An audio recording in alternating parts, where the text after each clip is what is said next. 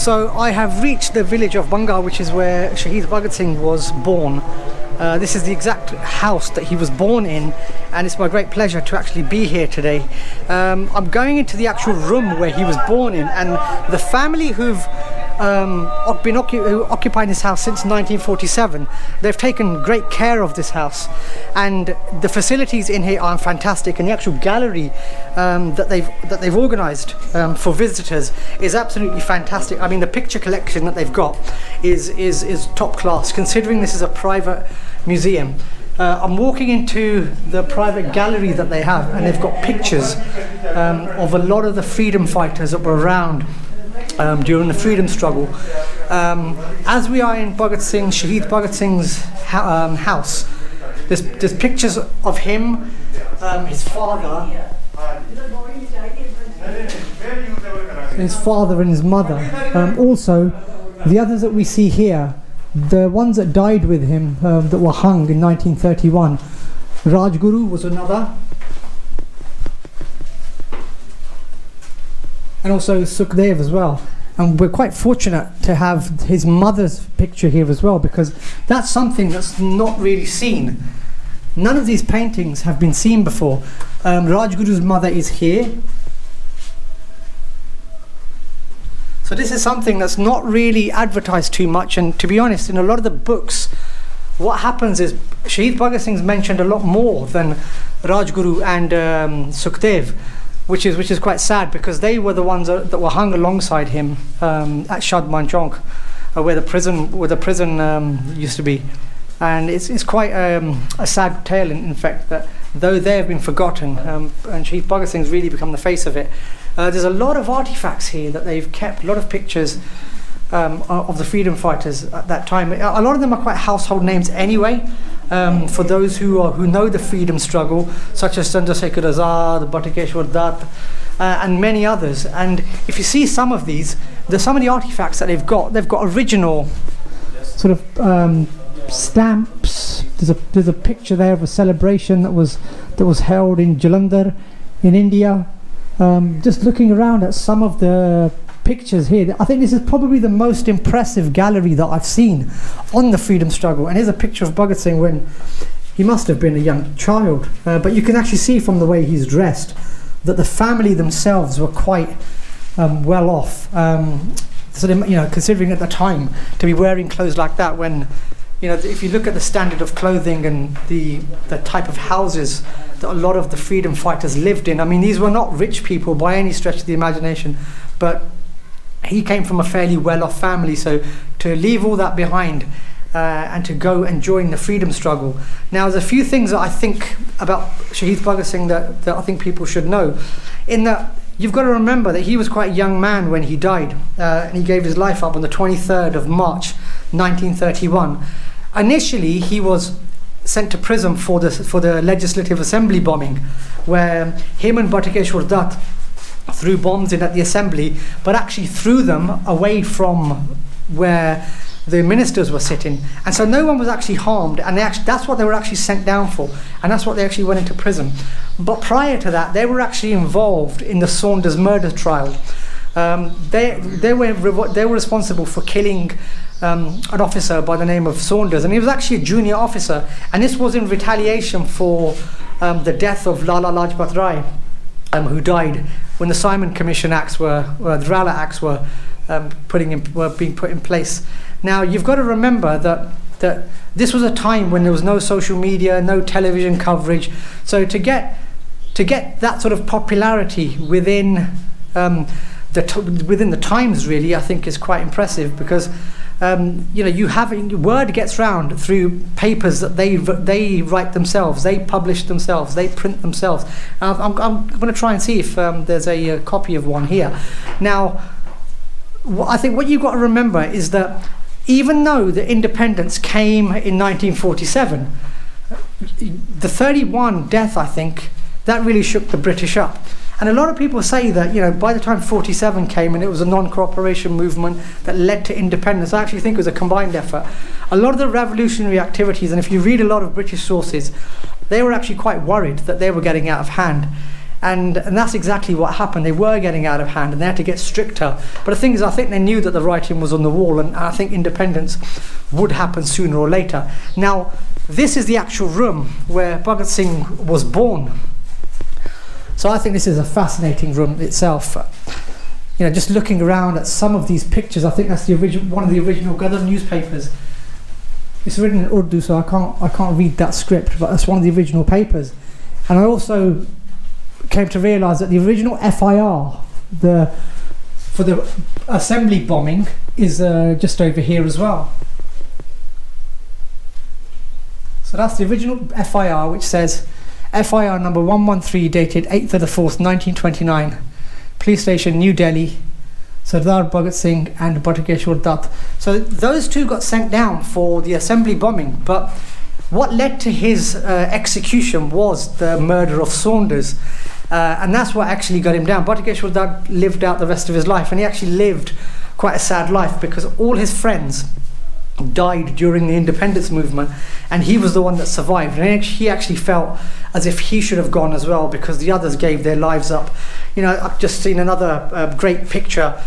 Chandrasekhar Azad, who died at Alfred Park, he actually shot himself. That's been renamed now, Chandrasekhar Azad Park in Allahabad. Just looking at him here, he was another great revolutionary. There's a few films actually that have been made about him. There's the actual picture of the day that he died, the day he was shot. I'll try and get close up. It's quite high. I'm not that tall.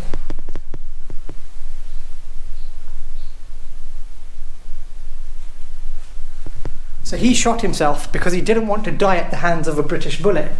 And it's fascinating to see that there were a group of people like this. I can think of the ones that come off the top of my head. People like Kartar Singh Srabha, Shaheed Bhagat Singh, Rajguru, Sukhdev, Ashfaqullah Khan.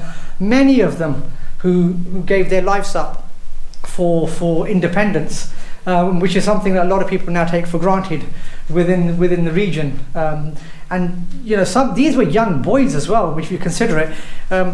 Any 23-year-old nowadays, will just say, "Oh, I haven't grown up yet." But these lot were ready to lay down their lives and give everything up. I've just been speaking to the owner, and he told me that a lot of people from around the world come to this place. The Indian Kabaddi teams come here, the Indian High Commissioners come here, there's people from USA, Canada, Australia, Europe, pretty much all countries that you can think of, Dubai, the Middle East. So there's a lot of people that come here, and this property is private, it's maintained by the owners. And I think they do a fantastic job in maintaining this and keeping there's original artifacts here. There's a piece of equipment here that is used to thread cotton, which I'll show you.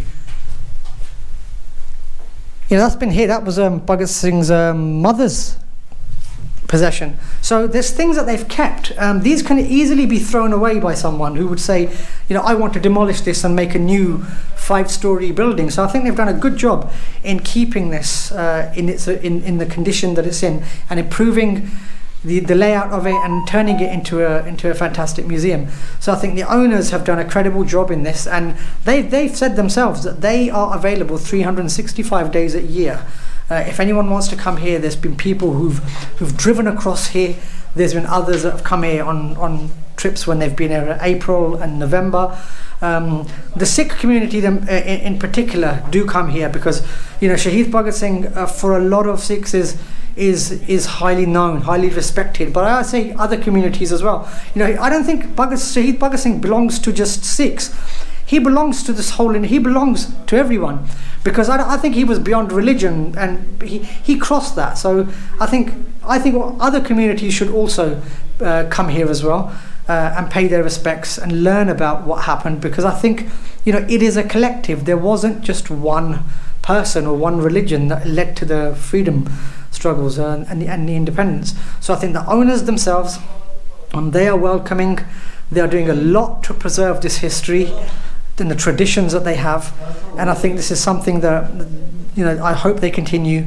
And I feel it's an honor for me to be here. It's something that I wouldn't have thought a few months ago, but just being here, it's a pleasure being in this room. I've wandered around outside, and it's well maintained. You know, there's signs outside. There are signs on the road, main road that lead up to here, that show that this Haveli is here. So I think there's a lot that they're doing. There's a lot that's done, and I think the more people that come here, the more I think it brings out, and I think there's more scope to try and promote this. And the family have done really, really well, I think, because, you know, doing this off your own back, I don't think there's many people who would do this. So I think the right family were given this house at 1947, because I think if it had been another family, this house probably would be destroyed, and a new house would have been put here. So I think it's in the right family's hands, and I hope that they continue to serve and continue to hold the traditions that Shaheed Bhagat Singh would have valued himself. And with a bit of magic, I've turned up to the actual place where Shaheed Bhagat Singh was executed by the British, where in fact all three of them, Bhagat Singh, Rajguru and Sukhdev. The actual prison has been demolished and is no longer here, but the spot that I'm standing on, Shadman Chowk, is where the prison was. This is where the actual execution happened. There's been a bit of a movement in recent years to have this changed to Shaheed Bhagat Singh Chowk, and hopefully that will be done in the near future. But this is the actual spot. It's a shame the prison's not here, because I think that would have made a very good memorial, and it's something that I know I would have gone and seen. But you know, the prison actually was in this area, this whole surrounding area here, which is to my left here. So that's all been turned into houses towards that direction, and this is where the prison used to be. This is where he was kept in confinement. This is where he went on hunger strike, appealing for better food from the British at the time. That was successful, and he went and did a lot of work in trying to get prisoners better rights, better standard of living conditions within the prison. But it's the actual spot. It's the actual spot where he was hung. So it's yeah, it feels a bit strange, because I was expecting maybe something that was derelict, or something that was resembles the prison. But it's a shame that it's not here. But in a sense that at least I was able to come to the actual spot, and then I could come up with a complete version of somewhere that I could feature where he lived, and also the place where he was executed. So lucky, feel privileged to have seen both.